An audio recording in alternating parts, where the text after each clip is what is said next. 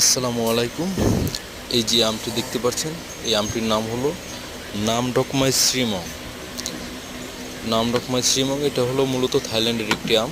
আমাদের কাছে অনেক থাই ভ্যারাইটিজের আম আছে, তো অনেকেই বলেন যে বাইরের আম খেতে তেমন সুস্বাদু হয় না।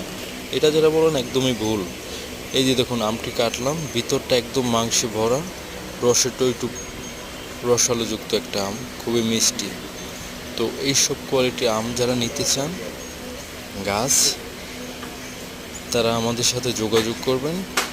এরকম অনেক ভ্যারাইটিজের আম আছে, দেখতে সুন্দর হবে, খেতে এরকম মজা, 100% গ্যারান্টি সহকারে দেব। তো আপনাদের যদি এইগুলোর চারা লাগে আমাদের সাথে যোগাযোগ করবেন।